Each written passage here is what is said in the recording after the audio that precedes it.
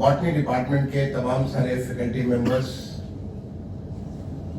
यहाँ के farmer students जो कि अलग अलग क्षेत्रों में आज के समय पे अपना योगदान देश के अलग अलग चीजों में कर रहे हैं, देवियों सज्जनों, सबसे पहले तो मैं धन्यवाद देना चाहूंगा संजय श्रीवास्तव जी का, हमारे सीनियर हैं। उनका मेरे पास अनुरोध आया कि मैं इलाहाबाद विश्वविद्यालय के बॉटनी डिपार्टमेंट के सेंटेनरी सेलिब्रेशन में जो अलुमनी मीट हो रही है उसमें मैं भाग लूं और उसको मुख्य अतिथि के रूप में एड्रेस करूं। मुझे ज्यादा वक्त नहीं लगा, मुझे बॉटनी से मेरा दूर दूर का कोई संबंध नहीं है। मैंने कभी बॉटनी न तो हाई स्कूल में पढ़ी, न इंटरमीडिएट, न हायर सेकेंडरी में पढ़ी, न कभी कॉलेज में पढ़ी। मैं सीधे फिजिक्स, मैथ्स और केमिस्ट्री का स्टूडेंट रहा हूँ और उसके बाद सीधा आईआईटी कानपुर गया और आईआईटी कानपुर से ग्रेजुएशन करने के बाद मैं आईएएस में पहुंच गया। तो मुझे कहीं बॉटनी से कहीं कोई संबंध नहीं रहा, लेकिन बॉटनी इतनी इंपॉर्टेंट है कि बॉटनी के बगैर कोई रह नहीं सकता है। न हम रह सकते हैं, न आप रह सकते हैं, न प्रकृति रह सकती है। बॉटनी जो है, जो प्रकृति का जहाँ से शुरुआत हुआ और जहाँ तक अंत होगा, आपने बात की पैलियोबायोलॉजी की, आपने बात की पहले बॉटनी की, आपने बात की। अगर आप में से बहुत दूर नहीं, यहाँ से बांदा जनपद है जहाँ पे सदर पत्थर मिलते हैं। जब हम वहाँ पे एडिशनल डिस्ट्रिक्ट मजिस्ट्रेट हुआ करते थे चित्रकूट में, तो हमने देखा कि कैसे पत्थरों पे उस मिलियंस ऑफ इयर्स पुराने जो है निशान पड़े रहते हैं और आज वो तमाम किस्म की चीजें, आभूषण से लेकर बहुत सारी जगह आज उसका उपयोग हो रहा है। जब हमारे प्रोफेसर गोविंद जी वहां से इलिनॉय से हजारों किलोमीटर दूर से यहाँ पे आपसे बात कर रहे थे, तो उसको पहले बॉटनी की उन्होंने बात की कि कैसे उन्होंने यहाँ पे इस विधा को सीखा। तो बायोलॉजी तो जब से प्रकृति रही है और प्रकृति जब तक चलेगी तब तक बायोलॉजी, और बायोलॉजी का वो पार्ट जो बॉटनी, वो तो निश्चित तौर पे हमारे पूरे प्रकृति को बनाता है। तो मुझे बड़ी खुशी हुई सर, मैं आपको धन्यवाद देना चाहता हूँ कि आपने मुझे मौका दिया कि जिस विषय को मैं नहीं जानता उस विषय के आपके सेंटेनरी सेलिब्रेशन में आप लोगों को आकर के यहाँ पे एड्रेस कर सकूं, ये मेरा बहुत बड़ा सौभाग्य है। धन्यवाद। अभी जब प्रोफेसर देवाशीष बनर्जी साहब आपको बोल रहे थे, he is a retired professor, head, a very illustrious member of the alumni association. इन्होंने बताया कि कैसे वहां पे अमेरिका में और यहाँ पे उन्होंने सब कुछ कार्य किया। तो जब मैं उन्हें ध्यान से सुन रहा था, मुझे लगा कि एक थोड़ी सी उनको एक कष्ट लगा कि वहां से वो छोड़ के आ गए। तो शायद हमारे प्रोफेसर अरविंद खुराना साहब ने जिस प्रकार से मैं नॉलेज का ओलंपिक जिसको कहते हैं, जो कि नोबेल प्राइज है, वो नोबेल प्राइज हासिल नहीं कर सकते, तो शायद उसके लिए वो भी एक मॉलिक्यूलर बायोलॉजी के माध्यम से उसमें एक कैंडिडेट होते। अरविंद खुराना जी ने कर लिया क्योंकि उनका सारा कार्य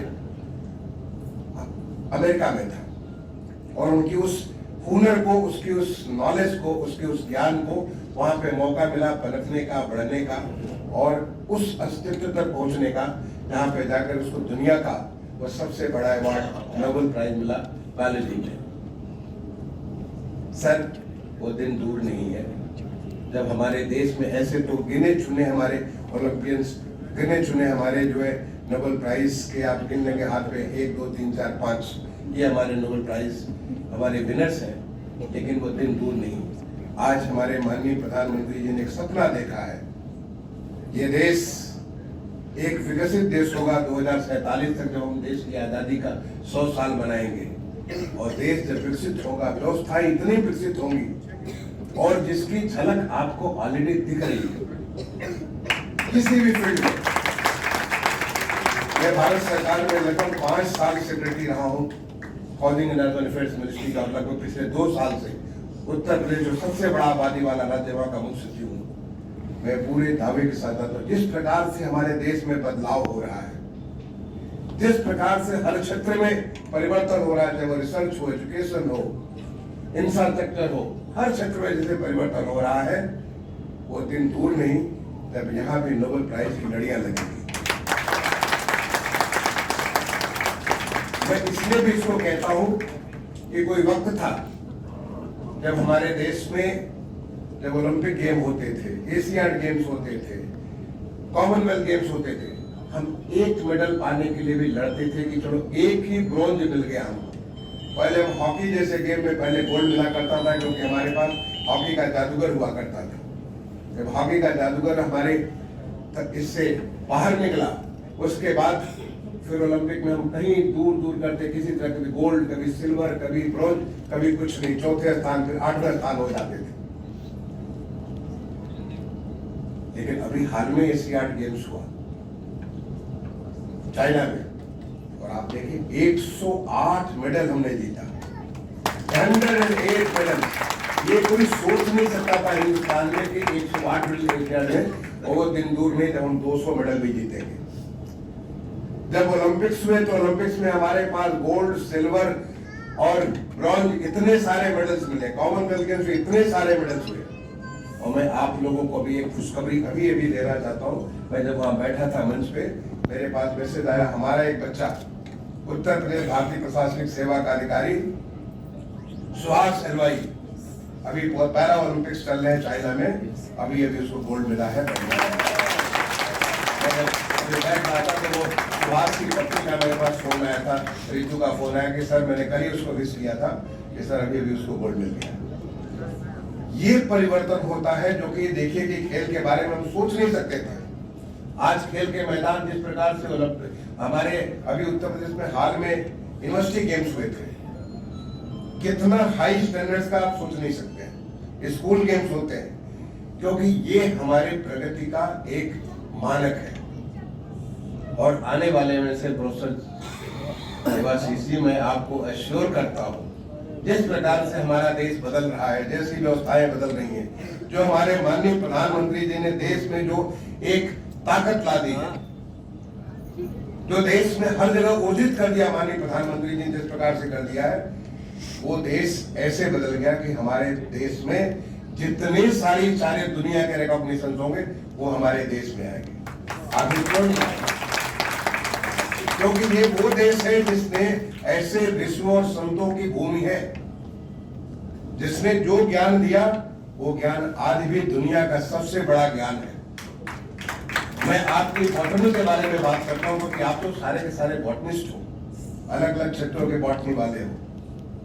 ऋग्वेद में जिस प्रकार की बॉटनी की, जिस प्रकार की हमारी जो व्याख्या है, जिस प्रकार की जो है हमारे वनस्पतियों का ज्ञान दिया गया है ऋग्वेद में, जिस प्रकार का ज्ञान हमारे सुश्रुत संहिता में दिया गया है, चरक संहिता में दिया गया है, आप जरा सोच करके देखिए, हजारों साल पहले हमारे मुनि संत ऋषि ये सब सारी बातें लिखा करते थे।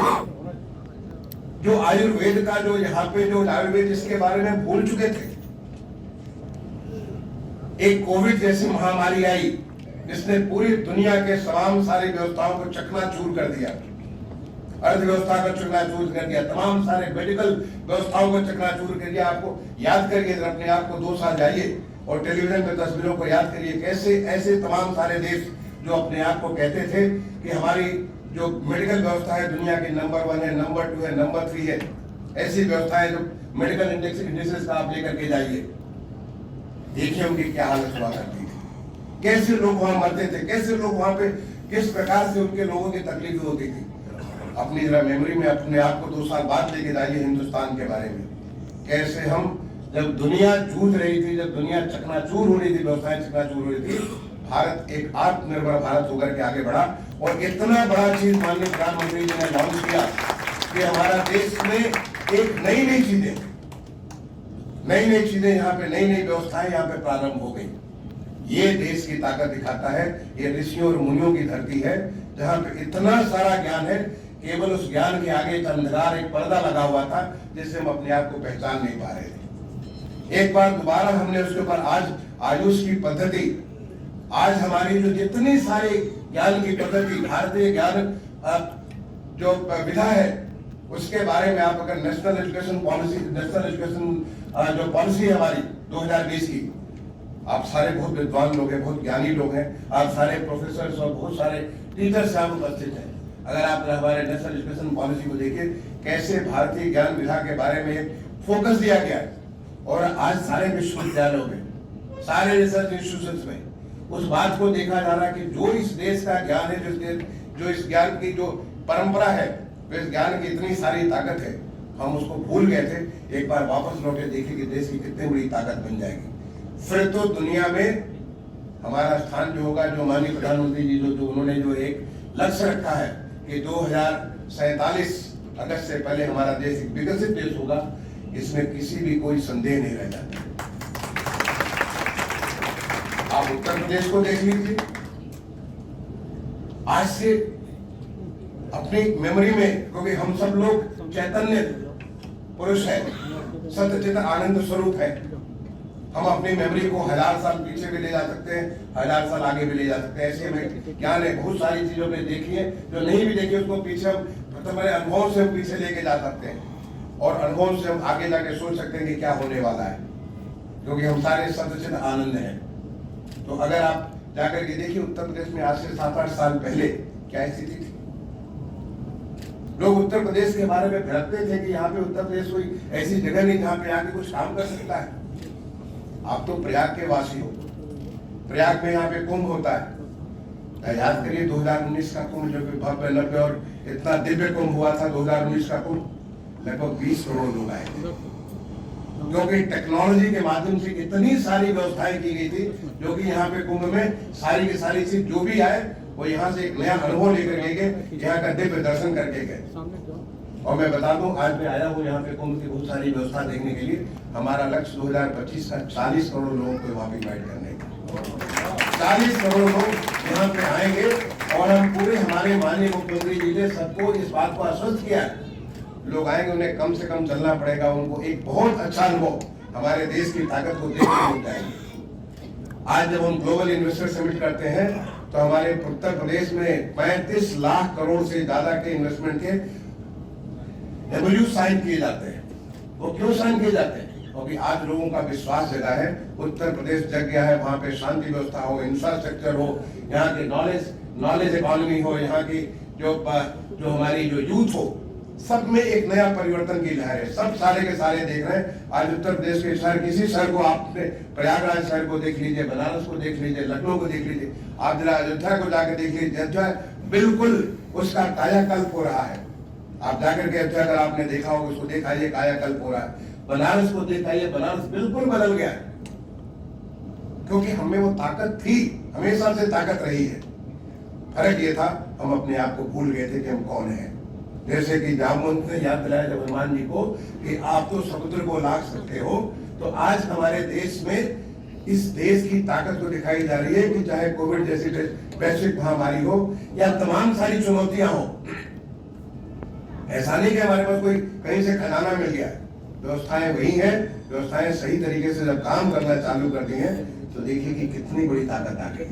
उसी का नतीजा कि हमें 108 मेडल्स मिले, और हम नंबर 4 टैली में। पहले तो हम नीचे टैली जब 10-12 होती थी, उसके नीचे नाम भी इंडिया का नाम, तो लास्ट में काट करके कुछ 5-10 का नाम काट के फिर लास्ट में इंडिया का नाम रहता था, कि पहले 7-8 का नाम टॉप पे दे दिया, 10 का नाम दे दिया, फिर कुछ डैश लगा के फिर नीचे वो पीछे से इंडिया का नाम देता था। आज इंडिया चौथे पे है, तीसरे पे आएगा, दूसरे पे आएगा। अर्थव्यवस्था हमारी दुनिया की 5वीं बड़ी अर्थव्यवस्था बन चुके हैं, और जिस प्रकार से $5 ट्रिलियन इकोनॉमी का लक्ष्य रखा माननीय प्रधानमंत्री जी ने, हमारे प्रदेश में माननीय मुख्यमंत्री ने $1 ट्रिलियन इकोनॉमी का लक्ष्य रखा है। इस लक्ष्य के हिसाब से हम चलेंगे, बहुत जल्दी तीसरी अर्थव्यवस्था बन जाएगी हर क्षेत्र में। इसलिए प्रोफेसर चटर्जी, मैं आपको फिर से दोबारा एक बार आश्वस्त करता हूँ, क्योंकि मैं देख सकता हूँ, क्योंकि मैं उसका पार्ट हूँ।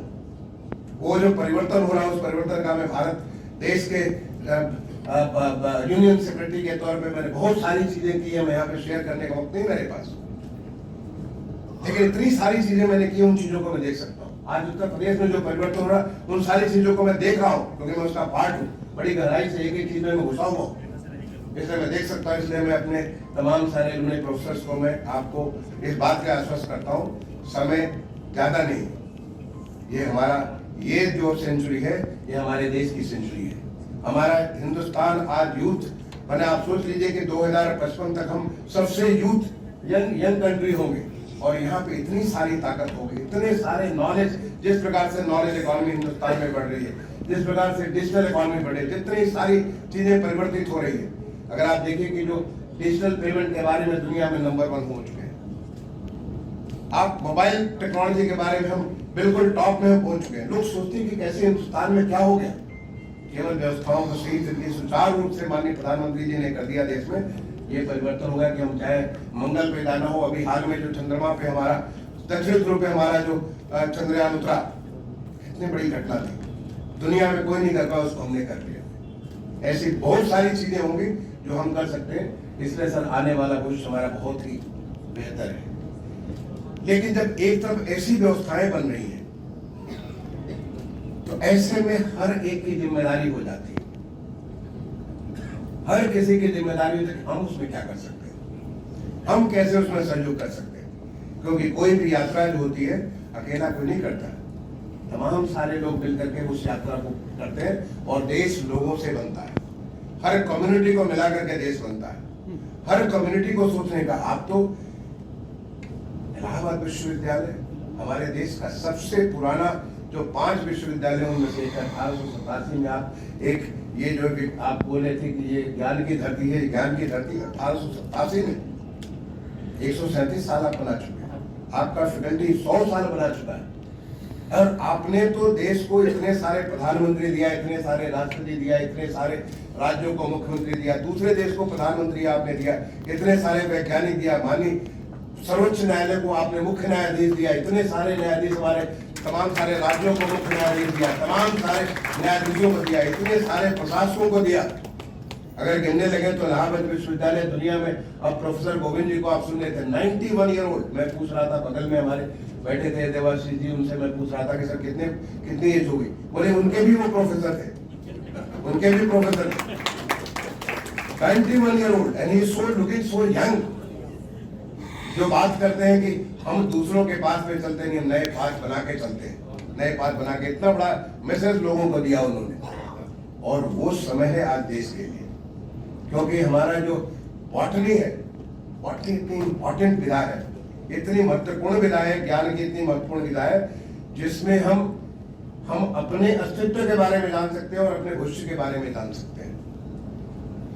हर चीज एल्गी से लेकर के फंगी से, जिसको बताया कि उनको तो पसंद है, एल्गी से फंगी से लेकर के बाहर से लेकर के प्लांट्स की टेक्सोनॉमी, उसका कैसे वर्गीकरण। और आपको जानकर आश्चर्य होगा कि हमारे तो जो एक निघंटु, जो हमारा जो टेक्सोनॉमी की आज आप बात करते हैं, वो निघंटु हमारा नॉलेज, हिंदुस्तान का नॉलेज था, जो सारे के सारे टेक्सोनॉमी कैसे प्लांट्स को वर्गीकरण किया गया।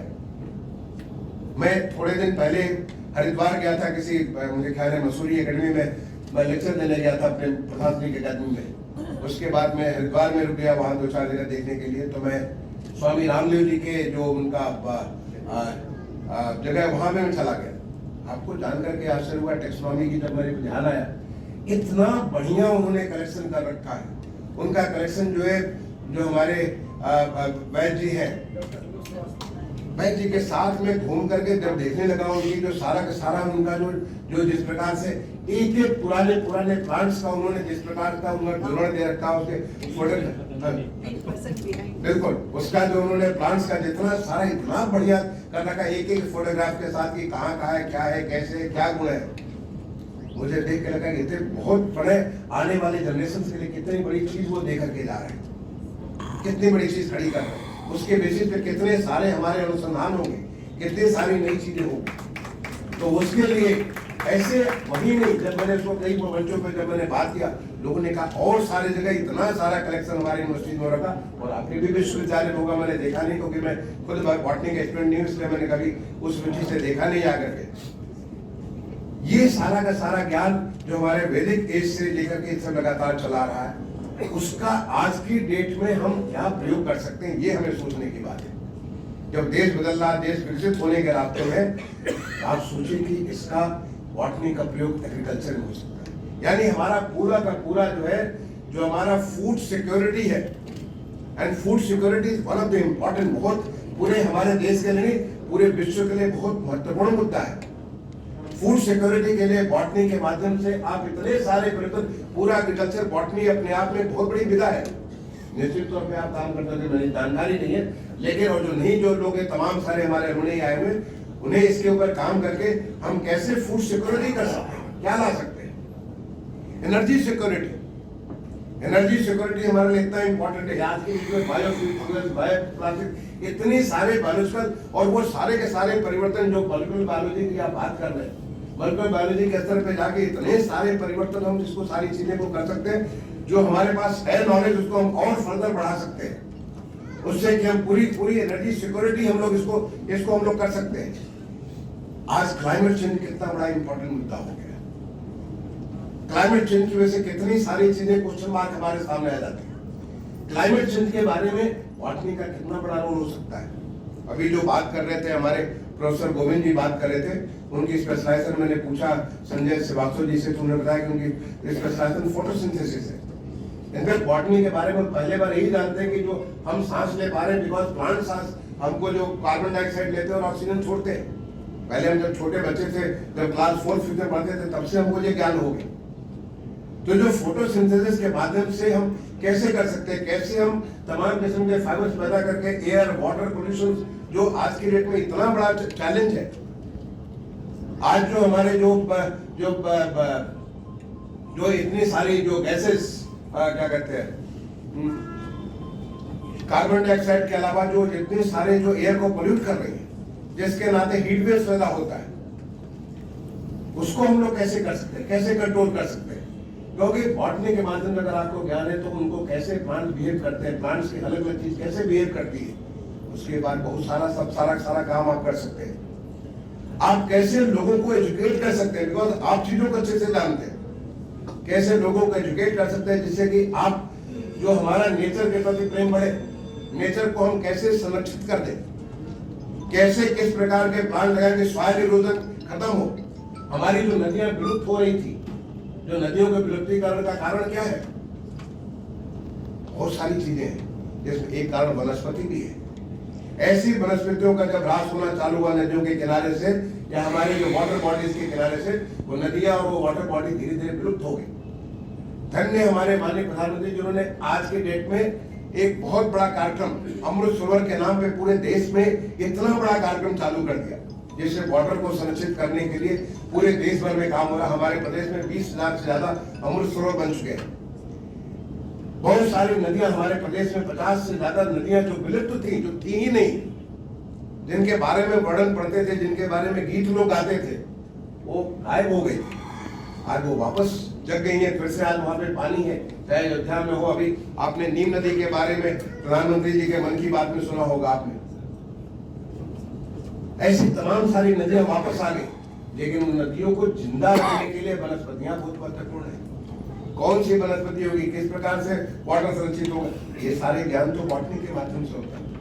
तो हम इसके बारे में, चाहे एनवायरमेंट के बारे में हो, चाहे फूड के बारे में हो, मेडिसिन के बारे में जो मैंने बात किया, सुश्रुत संहिता की बात की, मैंने आपको जैव संहिता की बात की, ऐसे तमाम सारी जो चीजें, पूरा मेडिसिन का वर्ल्ड आज की डेट में एलोपैथिक मेडिसिन भी बहुत सारे इन प्लांट्स के माध्यम को, इनके प्लांट्स को यूज करके करती हैं, उनके एक्सट्रैक्ट्स को निकाल के, उनकी सारी चीजें, उसमें ऐसी चीजें जिसके माध्यम से उसको जिंदा रख सकते हैं। पूरा cover medicinal and aromatic plants अपने आप एक ऐसी विधा है जिसके माध्यम से, चाहे एरोमेटिक हो चाहे मेडिसिनल प्लांट्स हो, इतना बड़ा चीज हो सकता है। और ये सारी चीज हमारे देश के विकास के लिए बहुत आवश्यक होगा। तो मुझे ऐसा लगता है कि आपने बहुत सारे लोगों को, आपने जैसे जो तमाम सारे प्रोफेसर टंडन का नाम लिया, प्रोफेसर माहेश्वरी का नाम लिया, बहुत सारे इलस्ट्रियस प्रोफेसर्स का नाम लिया। अगर आप करेंगे हमारे सेलेक्शन जैसे संजय श्रीवास्तव जी पुलिस ऑफिसर्स है, फॉरेस्ट के हमारे, अब यहाँ पे हमारे ऑफिसर मिले, ऐसे बहुत सारे लोग, चाहे प्रशासनिक सेवा में हो, चाहे एजुकेशन में हो, रिसर्च में हो, और जो तमाम सारे जो विधायक है वहां पे हो, बहुत सारे लोगों को किया होगा। लेकिन आज समय है कि हम अपने उस ज्ञान को कैसे अपने देश के विकास के साथ जोड़ सकते हैं, कैसे हम क्या काम कर सकते हैं जिससे लोगों की जिंदगी और आसान हो जाए, क्या काम कर सकते हैं जिससे लोगों की जिंदगी और ज्यादा यूजफुल हो जाए, वो ज्यादा कंट्रीब्यूट कर सके। आप अपनी इस नॉलेज को, आपका जो नॉलेज है, बॉटनी का नॉलेज है, उस नॉलेज को कैसे उस चीज के ऊपर प्रयोग कर सकते हैं, ये समय है जिसके लिए माननीय प्रधानमंत्री जी कहते हैं सबका साथ, सबका विकास, सबका प्रयास और सबका विश्वास। यानी हर कोई, it is not one institution, is a team India.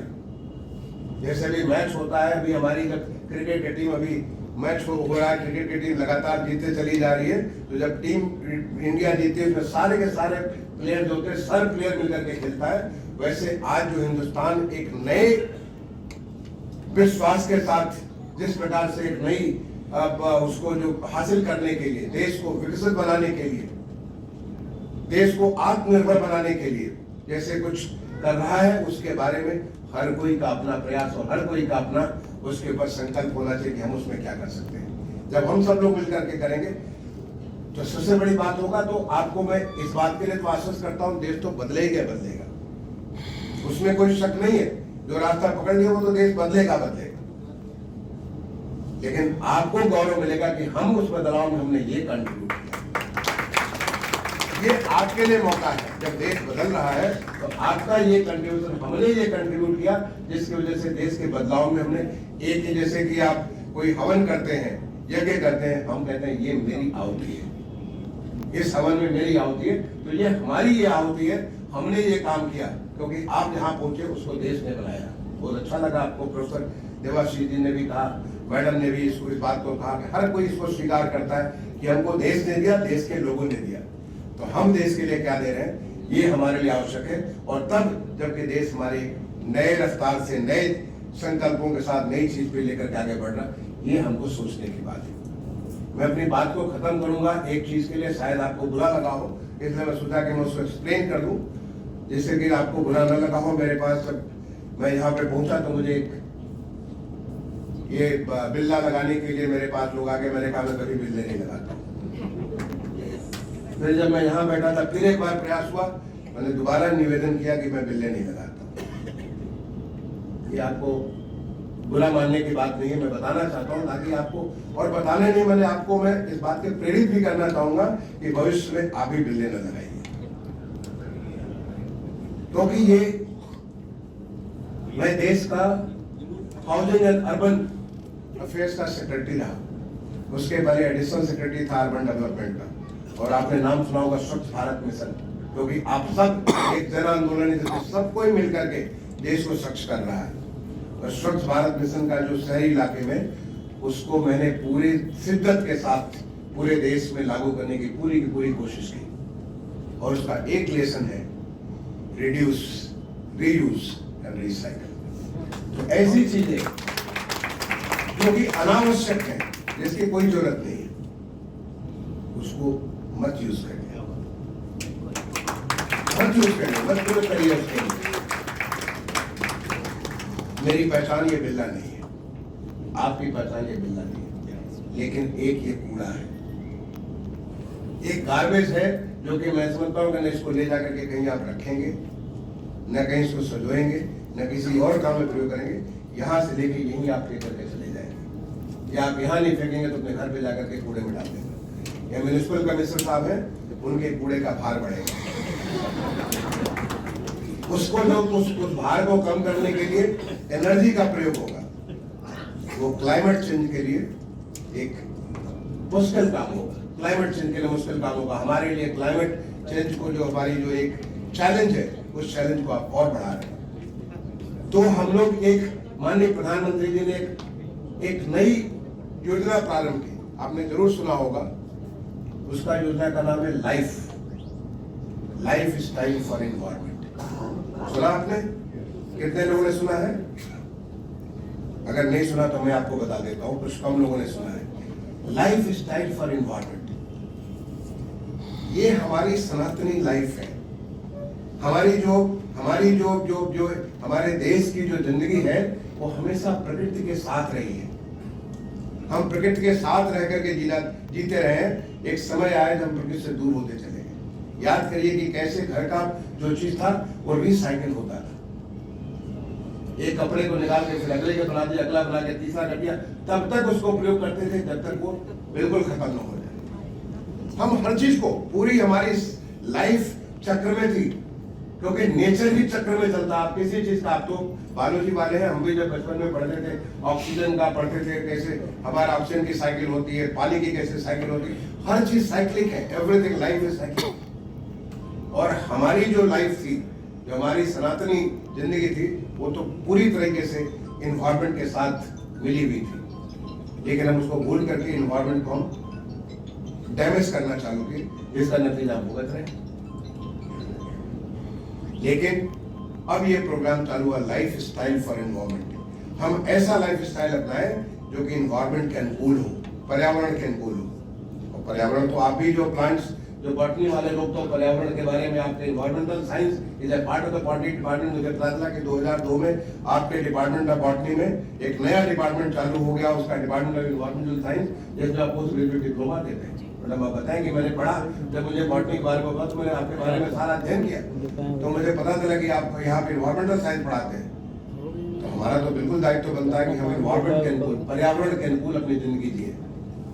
इसलिए मैंने आपका बिल्ला नहीं लगाया। और मैं आपसे ये भी अपील करूंगा, निवेदन करूंगा कि आप जहां कहीं भी रहें, ऐसी चीजों को जिसके बगैर आपका काम चल सकता है, उसको छोड़ दें, त्याग दें। ऐसी चीजें जो आवश्यक है उनको आप साइकिल में डाल दें, साइकिल में डाल दें, रीयूज करें, रिसाइकिल करें। और वो हमारा जो कमिटमेंट है स्वच्छ भारत का, वो कमिटमेंट है हमारे देश को जो ताकत देने का, उस ताकत को देने में आपका अपना सहयोग होगा, आपका अपना हाथ होगा।